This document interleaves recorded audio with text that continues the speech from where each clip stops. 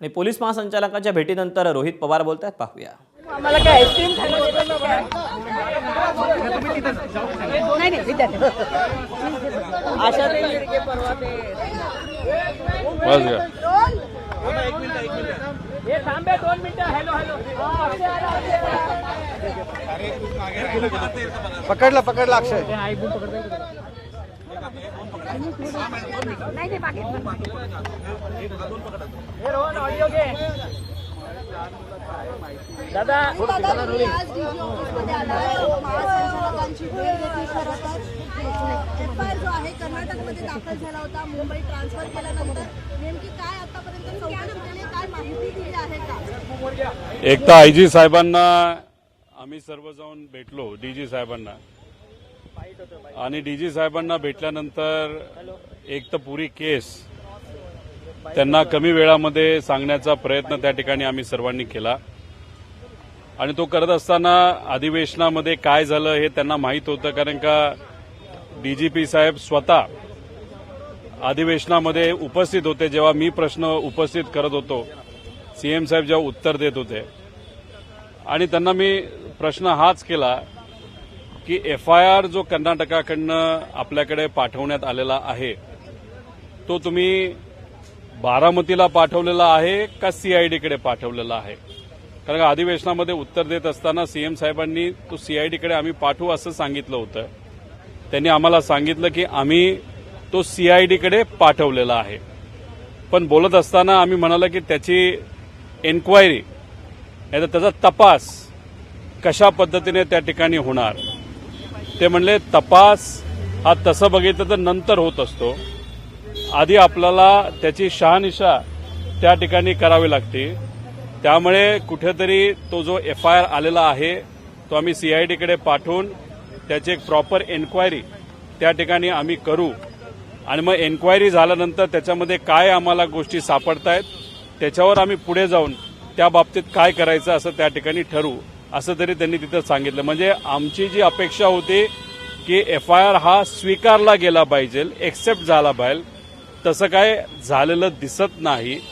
पण एक मात्र गोष्ट महत्वाची जी होती असं दिसतंय की आम्ही एन्क्वायरी ज्या दिशेने झाली पाहिजे, ज्या दिशेने गेली पाहिजे, ती मात्र या कर्नाटकामध्ये केलेल्या एफआयआरमुळे, आणि जो एफआयआर आता सीआयडीकडे पाठवलेला आहे त्या एफआयआरच्या मुळे योग्य दिशेने एन्क्वायरी होईल अशी आमची आता अपेक्षा आहे. परंतु मुख्यमंत्री देवेंद्र फडणवीस यांनी खरं तर आश्वासन दिलं, कोणी असेल त्याला शोधून त्याला काढू अशा पद्धतीचं वक्तव्य केलेलं होतं. तुमचं मुख्यमंत्र्यांच्या वक्तव्यावरती विश्वास नाहीये का? तुम्ही आता सातत्यानं पुन्हा एकदा डीजींकडे आलात आणि आता संपूर्ण या सगळ्या संदर्भातली काय पुढील तपासणी पोलिसांनी केली या सगळ्या संदर्भातला माहिती घेतली आहे. हे विषय एवढाच असतो की आपण, म्हणजे मी सुद्धा याच्या आधी दिल्लीत काही अधिकाऱ्यांना भेटण्याचा प्रयत्न केला, राज्यात काही अधिकाऱ्यांना तिथं भेटलो, मंत्र्यांना भेटलो, पदाधिकाऱ्यांना भेटलो. डीजीपी साहेबांना अजूनपर्यंत मी भेटलो नव्हतो. अधिवेशनामध्ये सेशनमध्ये प्रश्न विचारल्यानंतर मुख्यमंत्री साहेबांनी सांगितल्यानंतर इथं येऊन फक्त मला त्यांना वस्तुस्थिती सांगायची होती की काय केस आहे, कशा पद्धतीने आम्ही माहिती गोळा केलेली, ती माहिती कशी आहे, कुठं कुठं दिलेली आहे. आणि जाता जाता त्यांना एवढंच मी विचारलं की एफआयआर बद्दल काय झालेलं आहे. त्यांनी सांगितलंय की एफआयआर आम्ही आता सीआयडीकडे त्या ठिकाणी पाठवलेला आहे.